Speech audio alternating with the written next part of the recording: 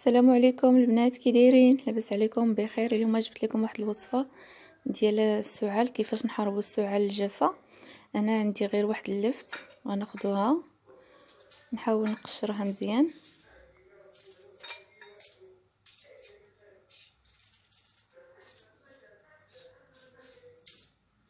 هذا البنات، هذا اللفت راه مزيانه للسعال.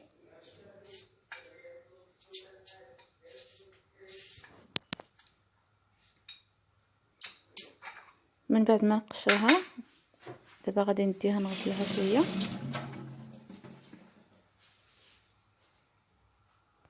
صافي،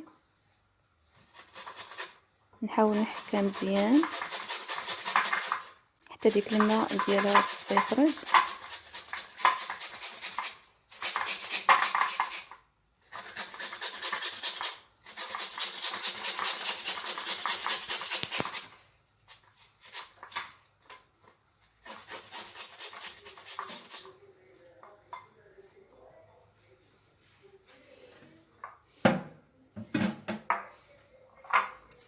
شتو البنات، ها هي غناخد شي زليفه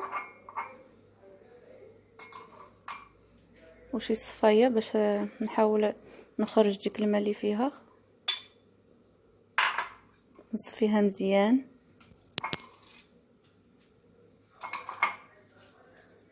بحال هذه الطريقه.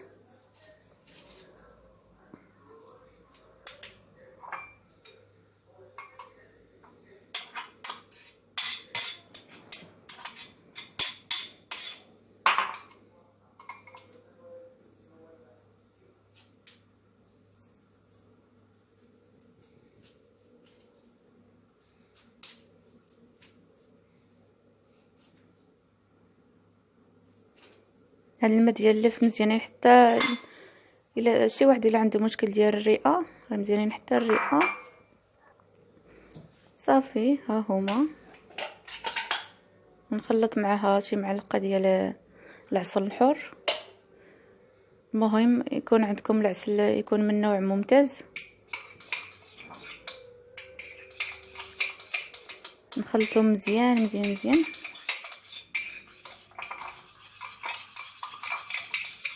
بحال هذا الشكل.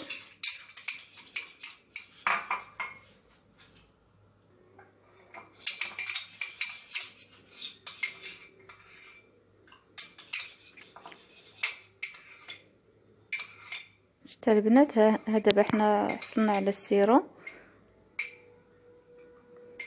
ديال السعال وطبيعي 100% وما كيضرش صراحه. راه هاد الوصفه مزيانه للدراري الصغار وحتى الناس الكبار، مزيانه للسعال اللي كتكون جافه.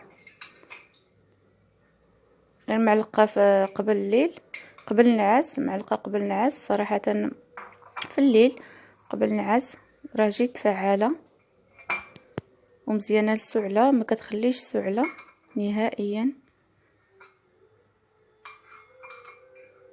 صراحه جد فعاله هاد الوصفه، جربوها يا البنات وردوا عليا في الكومونتير.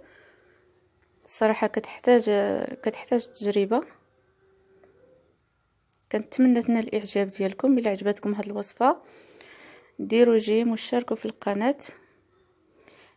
الى فيديو اخر ان شاء الله. السلام عليكم.